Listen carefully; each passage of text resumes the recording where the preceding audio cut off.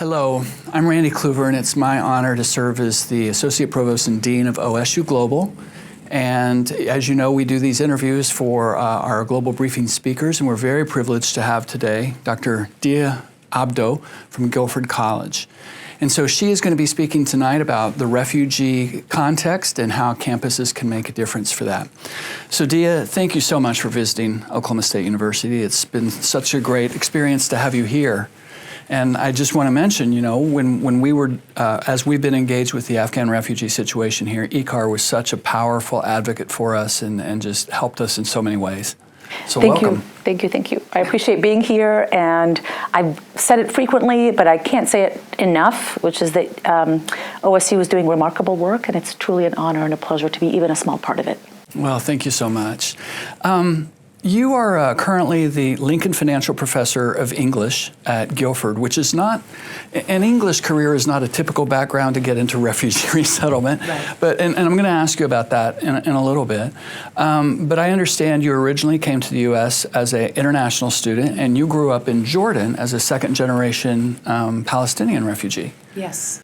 Yeah, my parents were displaced in 1967. They're from Jerusalem, one of the Mounts of Jerusalem. And like many Palestinians, they found themselves having to leave, forced to leave. And so both my parents left with their respective families and crossed the River Jordan. And in my mother's case in particular, she, her brother, and her mother lived in refugee camps for a while. It was a very challenging experience. I often think about how even for refugees who really move even such a short distance and find themselves displaced in a country that has similar traditions, they speak the same language, they can still feel so out of place. And that was certainly the experience of my parents and my grandmother who raised me. My mother was a very busy undergraduate student when I was born. And so I was raised really on my grandmother's stories of Palestine and how much she loved and missed her home country. Yeah, what a terrific heritage. And I know you've written about some of that in your book as well. I know you've told this story many times, but I really love this story. Talk about how you were inspired to found Every Campus a Refuge. Yeah, so like you said, I came to the U.S. as an international student. This was back in '96, and I was majoring in American literature, Robert Frost, and all of that. I went back to Jordan after September 11th. I really wanted to teach in Jordan. And then in 2008, I decided to come back to the United States, and I took this job at Guilford College, which is a small liberal arts university in Greensboro, North Carolina. And I was teaching, world literature, American literature. I also teach Arab women writers, minding my business, as they say, talking about poetry and novels. And then in 2015, we woke up one day, we had been hearing a lot about the Syrian refugee crisis and the horrors of, what was happening to Syrians in their home country and then on their flight to another country, perishing along the way, drowning, and then, suffocating as they're being smuggled in vehicles. I remember the image of the young child who drowned and washed up on a beach in Aylan Turkey. Kurdi. Yeah, and that particular image was really powerful. And at the time, a lot of people were moved to do something. And one of the most inspiring calls to action was Pope Francis, who called on every parish in Europe to host a refugee family. And what I found really remarkable and moving about his call to action was that he was focusing on small communities to do the work of welcome and to do the work of radical hospitality. And it struck me that a parish or a small community is exactly what a college or university is, that we're a small community that has a lot of resources to support refugees. And so Every Campus a Refuge really came as a kind of a mirror or a response to that call, its own call of action on colleges and universities to do the work of welcome and hospitality and to host refugee families on their campus and support them in their resettlement. And so we started doing that work on Guilford College's campus in 2016. That's terrific. And of course, last year, Oklahoma State University joined ECAR, joined Every Campus a Refuge, and we're very, very proud of that. How many campus affiliates do you have now? Yeah, we have about 14 and growing.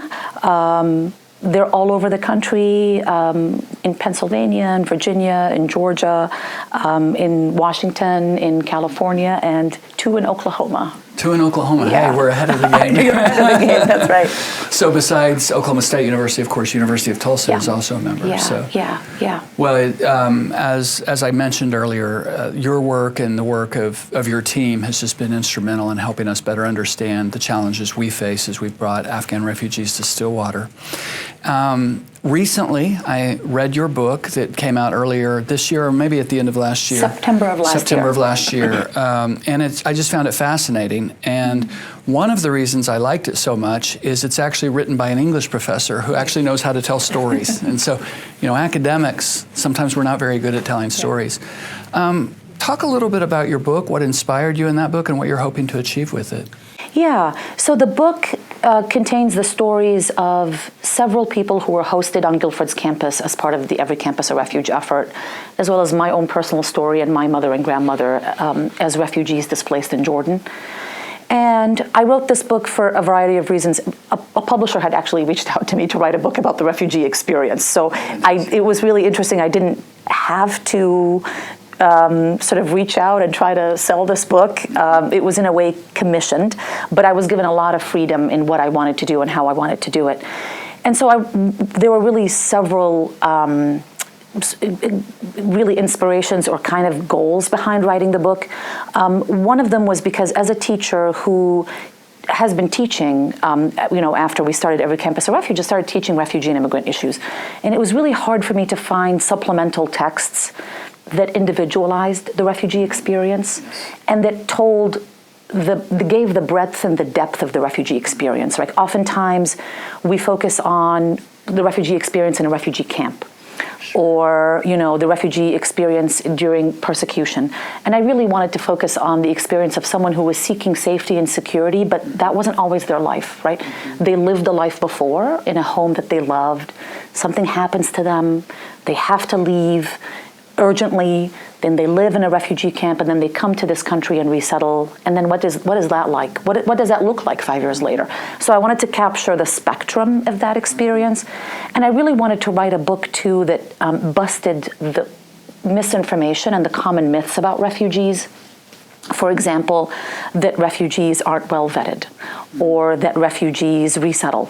Less than 1% of refugees resettle out of the 27 million refugees in the world today. Less than 1% of them will ever achieve citizenship and access and rights in another country. That refugees get a lot of resources when they come here. That's also a myth. Refugees receive very limited resources, which is why the work that you do is so valuable. That refugees, all they need is resettlement to be happy. The experience of refugees is often very painful, even in resettlement. So I wanted to write a book that really told the individual story and uplifted really important facts about refugees, the new Americans that become our neighbors. Sure. Well, it's a fantastic book. I really enjoyed the stories, the personal stories, and as you say, some of your mothers and grandmothers as well as some of the people that I've met on your campus. It's a fantastic book, and as academics, we tend to make these things so sterile. We bury it in statistics and larger policy narratives that don't tell the story of actual individuals. Yeah. And so if I would have thought ahead, I would have brought a copy of the book so we could show it here, but we'll have a copy at your talk tonight. Yeah. You mentioned your own experience, and if you wouldn't mind going a little bit more into how did your experience, hearing the stories of your parents and so on, how did that shape your response when you became an English professor to really undertake this work with ECAR? Thank you. I love that question because I think it actually captures the trajectory of how I started ECAR and then the move, the ethos that undergirds ECAR has shifted over the years because of the experiences that I remember. So as an English professor, I really was very much focused in my teaching on uplifting the voices and experiences of people that we typically, are typically silenced, right? It's the classic pedagogy of the oppressed, right? That we try to highlight, amplify, uplift voices of silenced, and especially the books that I teach, African women writers, Arab women writers, to really try to uplift those voices. And I realized that a lot of what my mother and grandmother's experience was, it wasn't that they just needed to be heard, they also wanted agency, right? And they wanted dignity. And so our work with ICAR is really about also amplifying agency and dignity. And so to go from not just focusing on the voice of oppressed people, but also how are we accountable to newcomers to our country? How are we accountable to refugees? How are we accountable to individuals who have become displaced, probably because of things that we did in the world that have caused their displacement? How can we act in ways that hold up our role and our accountability and really ask for us to be involved in ways that center their agency and allow us to offer the resources that we have in ways that are just and right and good. And so I would say that my experiences with my grandmother have taught me that it's really important to amplify those voices, but it's also important to ensure that what she wanted to see, what she wanted to do was to go back to Palestine. And that never happened, right? She was never able to do that. And so to find ways to act with purpose so that we can provide as much support as possible to refugees who come here and have very clear goals and self-identified needs that we can support, right? It's not just about us, but it's also about them, and then how together as a community we can all sort of serve our mutual needs. Well, I think this idea that you and I talked about a little bit earlier of it is about the dignity of those who have been displaced, and it's about giving them a sense and defining their future as well. So it's not just, okay, well here, we'll grudgingly hand you something, but rather you can get to create a new future for yourself. And I really love what you have done at Guilford. Talk a little bit about Guilford. It's a small Quaker-affiliated institution, right? And that context has really allowed you to move with this. Yeah, so Guilford College is a Quaker school in the South, so there's a lot of history there. Guilford College stands on an old woods that used to be part of the Underground Railroad. So there's a tradition of supporting enslaved people. Enslaved folks would hide in the Guilford woods, and the Quakers who lived in the area would smuggle them up north. So there's something in Guilford's DNA even about being a place of refuge. So it was really an easy ask, when I went to the president and said, I think we should offer refuge on our campus to refugees. She was very supportive of that idea.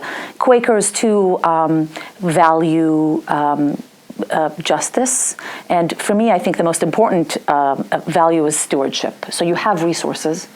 How are you a steward of those resources in ways that make sense and in ways that support the local needs, right? You're part of a community. How are you responding to that community? And of course, that's what you've done here too, is that you've listened to what the community needs and you've responded to those needs. And so the Quaker values dovetail very nicely with what we want to do at Guilford, which is open up our space for the community and really steward our resources in ways that make sense and align with the community's needs.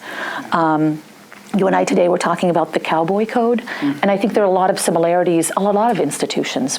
I think we all value a lot of the same things, right? We value community, we value resilience, we value contribution and contributing to our communities and doing the right thing. And so I think it's it's possible and wonderful at Guilford, and I believe that it's possible and wonderful and doable at any other university in this country. Yeah. Well, thank you for that vision. We challenge our students at OSU. You might have seen the slogan, how are you going to change the world? How will you change the world? If you were to speak to our students, and you'll have a chance to meet some of our students later tonight, of course, but what would you recommend for students who really want to make a difference in the world? How do they begin, even while they're students, to start preparing themselves for a life of service and a life of impact? Yeah. There's no better time, actually, than when you're a student. And I think changing the world seems like it's a big thing, right? It's a little overwhelming. You're changing the world. And we all live in little worlds, right? Like Stillwater has become such a world. I mean, you're hosting 70 Afghan evacuees. It's changed what Stillwater is and what Stillwater will be for many years to come. And so I think for me, changing the world means identify what your community needs and try to meet those needs. Start there. Start locally. Start hyper-locally even. Right? When you're talking about the campus community, that's immediately your perimeter. That's your area. And so reach out to a local agency or an organization or a partner and find out what are the needs and see whether you as an individual student can meet them, or is there a resource on your campus that you can leverage to meet those needs. What's so wonderful about being a student at OSU and other universities is that you're here because you're interested in a particular discipline or a particular study, whether it's nutrition or agriculture. And humans need all sorts of support in all sorts of ways. And so chances are 100% is that you're in a major or a minor or a discipline where what you're studying, a person or a family needs. It fills a gap. You're trying to address a problem that exists in the world today. So I would say, think very individually, very locally, and also don't underestimate just the value of a small act of kindness. One of the things that we hear over and over again from the refugees that we host on our campus, when we say, what was great about being on Guilford's campus, very rarely actually do they say it's the free house for 8 months. Usually it's when that student came over and we had tea together. That's what they remember. Wow. And so it's the human interaction means a lot to people. It really leaves an imprint. That very personal experience. So I would say don't underestimate just the value of a small act like that. Yeah. In a university, we often are caught into a trap of preparing students for careers and preparing students for jobs. But I like how you flip that. No, we're not. We're preparing students to meet a need. Now, that need will often translate into a career. But I love that idea of orienting yourself around a need that you can meet. Right. And if you are orienting yourself around the need, then you'll always be needed. That's true. Right? Then there's a place for you. Right. Right? You're not trying to find your niche. You're building who you are and your interests around a gap and filling a need that already exists. Yeah, I think I'm going to use that in the future. Yeah. If you don't mind. Well, thank you so much for taking this time. Thank you for visiting Stillwater. And I'm assuming it's your first time in Oklahoma, maybe? It is my first time in Oklahoma. I love it. This is such a beautiful campus. I really am so grateful that you invited me. Thank you. Oh, you're very welcome. We're glad to have you here. Thanks. So thank you for being here. Thank you. And thank you for being with us today.